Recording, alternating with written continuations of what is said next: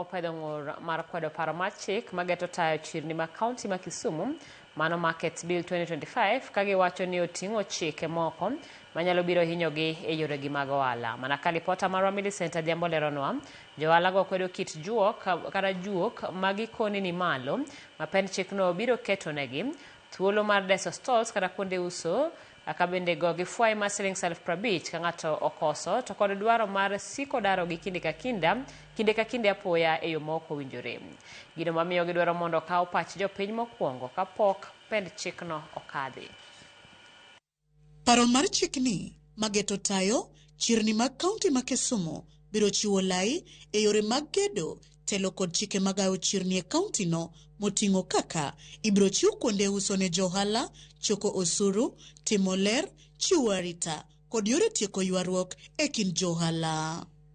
Paro mar chikni bende biro tayo pok mag kuonde uso kata stalls ka thuolo manyime ibiro miyo johala ma idaro kinde ma idwa ger kata gundho chiro, johala mawuok e alwora ma igero e chiro, johala ma osebedo karito chike, mine, rowere to kod joma nigi ng'ol. Bende chikni lero ni kuonde ma winjruok nyalo rem yudore to ibiro ti gi yor luto ombulu e kelo thek. Paro mar chikni bende yango ni kuonde uso kata stalls e chirni biro bedo e lwet tend kaunti ka johala nyalo mana biro desogi e winjruok mar higni 7 ma inyalo nuo dichiel. Bende oyango kaka ibiro bed ka itayo chenro mag daro johala e kinde gero chiro, kama ibiro mana dargi ka iterogi kama oseyangi to kod ka oseket lai makare yor tieko ywaruok moramora manyalo mienjo.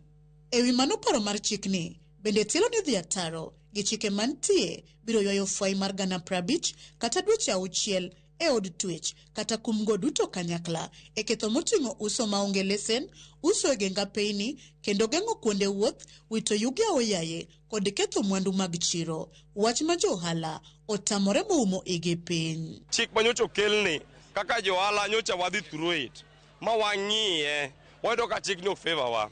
Kasto lagero gi pesana akete okonya sani nyisa ni higni 7 14 years miwacho ni biro dara kora adhi dala cha ja ohala be ritayaga johala eno onge retirement kata joera agombo mondo ati ka nyaka tho ka setho ya ka weno feda woda to uparo ni bil no bro miya weno feda woda mondo inherit gigi to joma tiye sirikal oyiene gi retire gi higni adi joma tiye sirikal higni 60 to mike gi min dadi to dwan mondo wuok gi higa 14 nyathini mani we chien dhi chiemo kanye samiko ni ka Caroline tagolo 50 ndara molin sani kol imako ngaka ndara ni to ndara waonge go taya waonge go pi waonge go. Kuom mano johala go wacho ni girwako paro mar bedo e chirni maleyo kod marita kwe berie, kata kamano nyaka winj duondgi kod dwarogi